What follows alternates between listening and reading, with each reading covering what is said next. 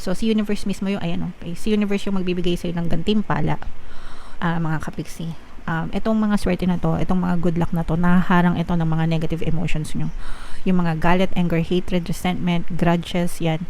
Kapag meron kayong mga negative emotions, guys, tapos napapansin nyo na parang ang bigat ng buhay nyo, na-stuck kayo, hindi kayo umuunlad, umaasenso, dahil yun sa mga negative emotions nyo, kasi nag-cause na siya ng balakid, parang nakabara, ganyan, or nakasara yung pintuan ng blessings. Okay?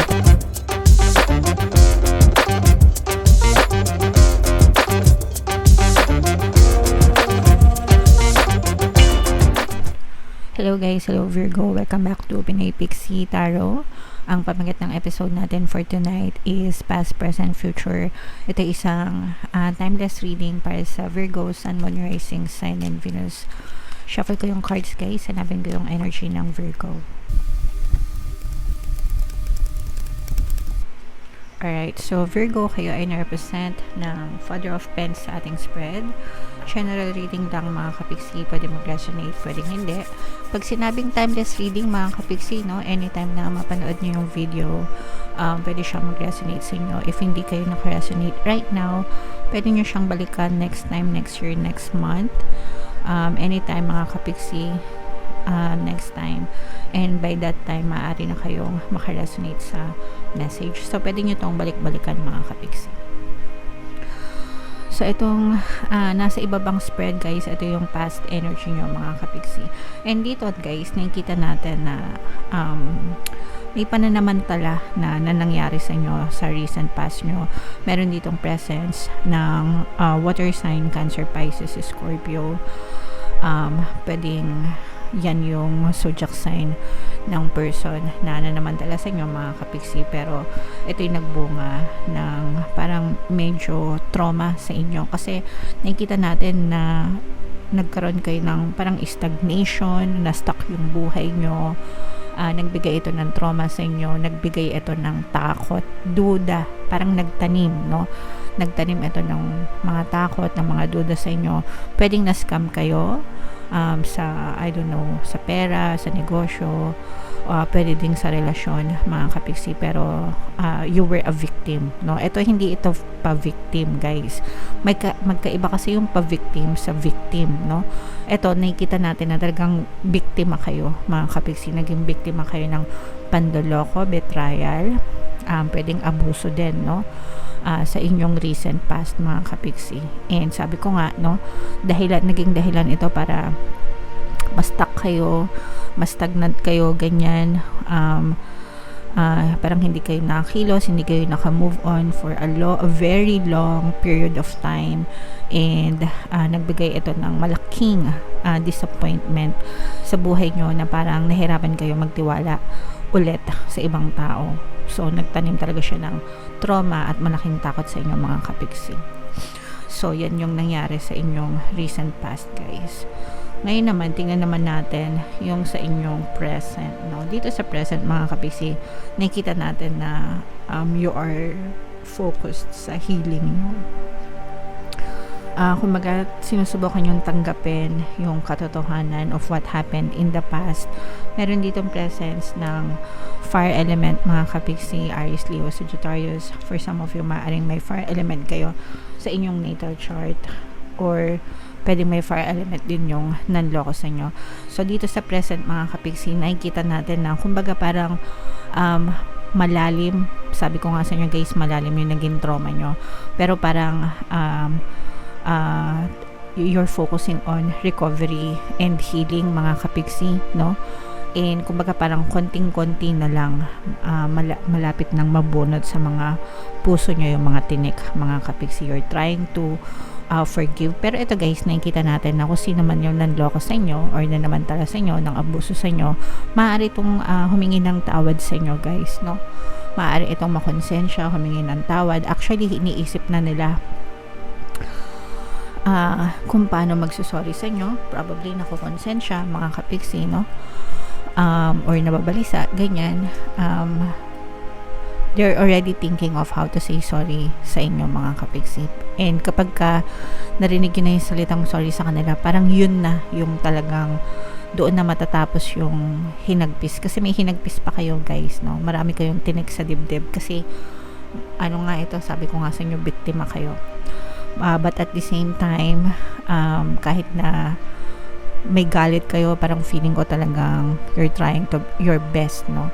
Para mag-forgive and maka-move on. And ganun naman talaga dapat guys, kasi actually kahit hindi sila humingi ng tawad sa inyo or hindi sila mag-sorry, you have to forgive them and forget them as much as you could. Kasi kung hindi, magiging biktima talaga kayo ng nakaraan, na para kayong preso, na nakakulong, nakaposas, ganyan. Ganun yung nagiging epekto kapag hindi marunong magpatawad, mga kapiksi. Yeah, so pero nakikita natin nga, sabi ko nga sa inyo, na maaaring humingi ng tawad to. So you just focus on yourself and healing guys. If ever man na hindi sila mag-sorry sa inyo, imagine, no? Use the power of your imagination na magkaharap kayo ng person na yon, kung sino man siya, na humihingi ng tawad sa'yo, and forgive them. Para sa sarili mong peace of mind, guys. Para tuluyan na kayong maka-move on, okay? Hindi nyo yun gagawin para ma-absuelto sila sa kasalanan, kasi never silang ma-absuelto, guys, no? Dahil paparusahan sila ni universe, mga karma at mga karma yun.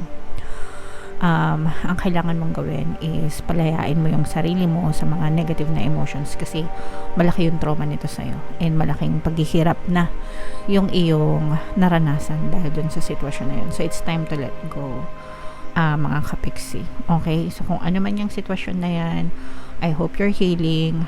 Virgo, meron tayong Ho'oponopono subliminal dito sa ating channel, at saka self-love. Pwede nyo pakinggan yan guys, para makatulong sa inyo. And in the future guys, kapag ka naalis na itong mga galit na to, papasok yung swerte sa inyo, mga kapiksi, no? You have the energy of good luck, good fortune, and rewards.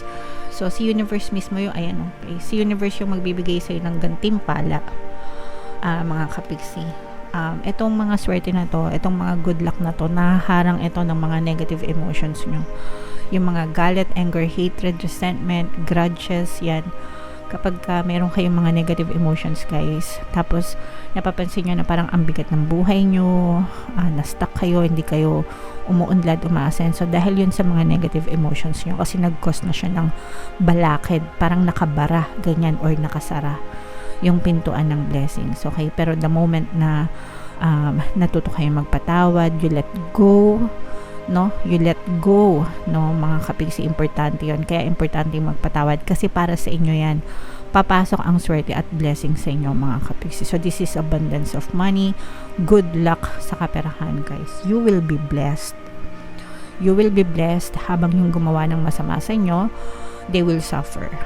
They will suffer 10 times ng ginawa nila sa inyo, mga kapiksi. So wag nyo nang ipagdasal na sana makarma sila, because they will definitely get it. The universe always gives us what we deserve guys. So ikaw, deserve mo na maging maswerte, deserve mo na maging masagana.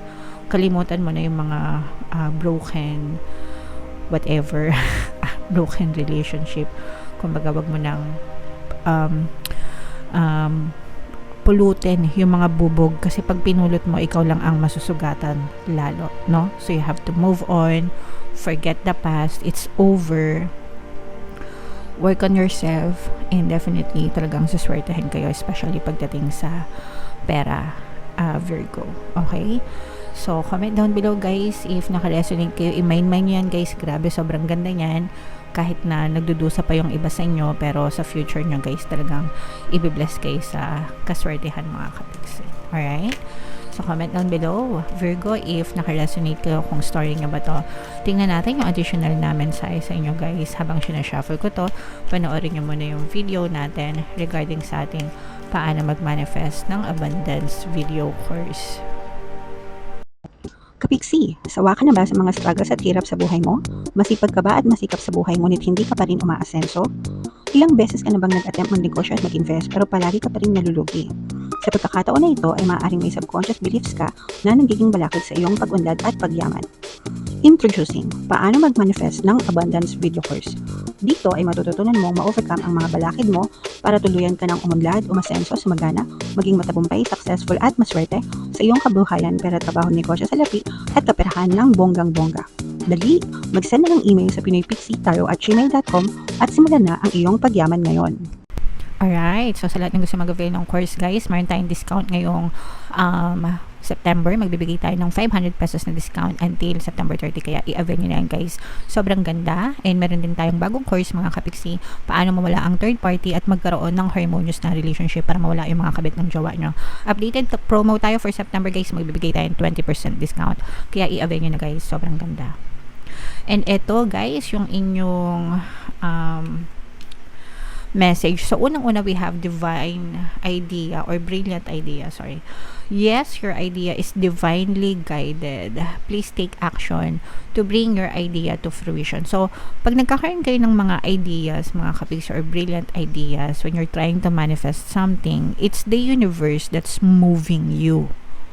Si universe yung nagpa-plant ng idea na yon sa inyong isip, okay? Because when you're trying to manifest things, sabi ko nga sa inyo, pag nagma-manifest kayo, the universe always move people, things, situations, circumstances sa paligid nyo, ino-orchestrate yan ni universe para i-deliver sa'yo or para mangyari yung minamanifest mo.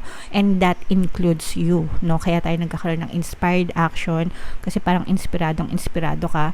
The universe is also moving you, mga kapiksi, para sa iyong manifestation. So, if ever na meron kang brilliant idea, si universe yung nagtatanim yan sa'yo, so you have to act. Kailangan mong kumilos. Ang tawag doon ay inspired action, mga kapiksi. So, wag nang pepetics-petics, guys. Hindi na uso yung petics ngayon, mga kabigsi. Sa panahon ngayon, kailangan mong magbanat ng buto, no? Actually, kahit dating-dati pa, hindi naman talaga natin dapat na kinatatamaran ang buhay, mga kapigsi. Okay? And then, divine order, guys, no? Ito talaga, everything is how it needs to be right now. Look past the illusion and see the underlying order. So, itong mga nangyari sa past nyo, mga kapiksi, no, parang it's necessary for you to learn the lessons, diba, para matutunan nyo, and para matuto din kayo, maging malakas kayo, maging strong kayo, brave, matapang, courageous, diba? And malaking lesson yun sa'yo sa iyong past, and then yung present mo, nandun ka sa proseso ng healing para matuto ka magpatawad, become the bigger person, di ba? Parang mas lumalalim yung wisdom mo, and in the future naman talagang swerte yung dadating sa'yo. So, divine order talaga siya, mga kapiksi. Ibig sabihin, nakaplat na para sa'yo, no? Yung mga mangyayari, guys. So, tanggapin mo ng maluwag sa kalooban mo yan, kasi at the end of the day, especially in the future, ikaw pa rin yung magbe-benefit dyan, mga kapiksi. You may have suffered, pwedeng nag-suffer ka sa past mo, and pwedeng nagsasuffer ka pa sa present mo, but in the future, mga kapiksi, gagaan din ang buhay mo and suswertehin ka. Okay? Alright, so comment down below, no, Virgo, if feeling nyo nakaresonate kayo dyan. Huwag nyo kalimutan, guys, na mag-mind nyo sa comment section yung mga magagandang energy ng reading, mga kapiksi. Ito yung ating mga pampaswerte subliminals. Pakinggan nyo, guys, para makatulong sa inyo. And ito naman yung ating success stories ng paano mag-manifest ng abundance video course. Click here to subscribe, guys, and click here to join our membership program. Thank you for liking, sharing, and subscribing, and see you again next time. I love you all. Have a nice day. Bye-bye.